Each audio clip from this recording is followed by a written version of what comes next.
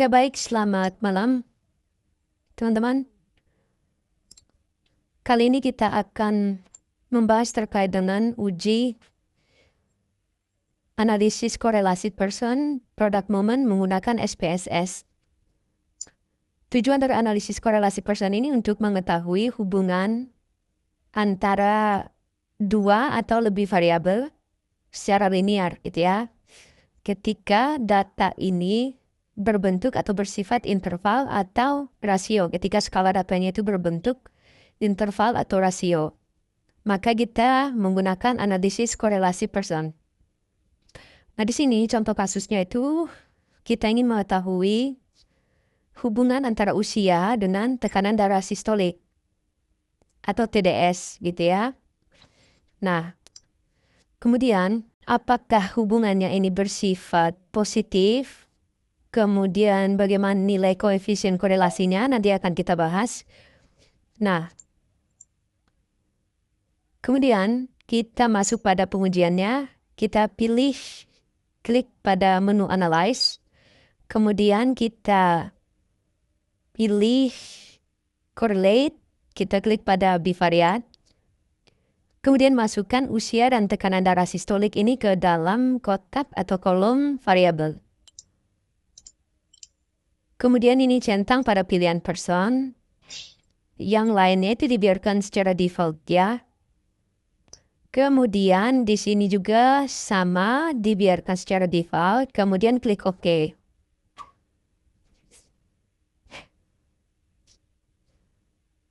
Kita tunggu hasilnya.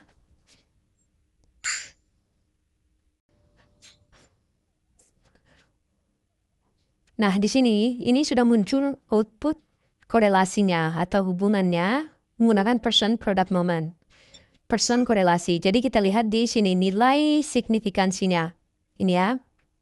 Jadi nilai signifikansi ini untuk mengetahui apakah usia itu berpengaruh secara signifikan terhadap tekanan darah sistolik atau tidak. Nah, dasar pengambilan keputusannya adalah jika nilai signifikansi yang ini kurang dari 0,05 maka ada hubungan. Dan sebaliknya ketika nilai signifikansinya di atas 0,05 maka kesimpulannya itu tidak ada hubungan atau tidak terdapat hubungan antara usia dan tekanan darah sistolik. Nah, di sini nilainya adalah 0,000. Berarti kan kurang dari 0,05. Maka dari itu kesimpulannya usia itu berhubungan dengan tekanan darah sistolik. Oke, bagaimana hubungannya? Hubungannya itu atau arah hubungannya itu bagaimana? Arah hubungannya itu kita lihat di person korelasinya. Di sini ya, person korelasinya 0,928 dengan memiliki arah korelasi yang positif ya. Biasanya kalau negatif itu ditandai dengan tanda minus di depan sini. Tetapi ini kan tidak ada, berarti kan positif arah hubungannya, arah korelasinya itu positif. Nah, bagaimana dengan kekuatan hubungannya? Kekuatan hubungannya itu sebesar 0,988 ya. 928. Nah, saya mau jelaskan dulu arah korelasinya itu yang bersifat positif, artinya semakin tinggi usia seseorang maka juga biasanya diikuti dengan semakin tinggi itu tekanan darah sistoliknya. Begitupun sebaliknya. Nah, semakin rendah usia, semakin rendah juga tekanan darah sistoliknya. Gitu ya.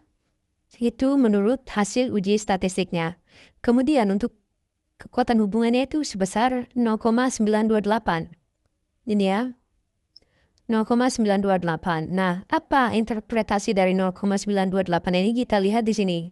Saya sudah membuat interpretasi dari koefisien korelasinya. Menurut Sugiono tahun 2007. Oke, nanti teman-teman bisa mencari rujukan lain, ya, rujukan lain mengenai interpretasi koefisien korelasinya. Nah, kalau kita lihat di sini, ini kan 0,928. Kita bandingkan dengan tabel koefisien korelasinya. Perhatikan masuknya di sini. Ya, 0,80 sampai dengan 1. Berarti kekuatan hubungannya itu sangat kuat. antara usia dan tekanan darah sistolik. Dengan korelasi signifikansinya itu berada pada level 0,01 atau 1% tingkat kesalahannya. 99% itu tingkat kebenarannya, 1% itu taraf kesalahannya. Ya. Jadi ini dengan 0,928 berarti kekuatan hubungannya itu sangat kuat. Dengan arah korelasi yang positif, semakin tinggi usia maka semakin tinggi pula tekanan darahnya gitu. Dan sebaliknya semakin rendah maka semakin rendah pula tekanan darah sistoliknya gitu. Oke, saya kira itu yang bisa kita bahas pada materi kali ini. Nanti kalau ada yang belum paham dengan materi ini, bisa bertanya di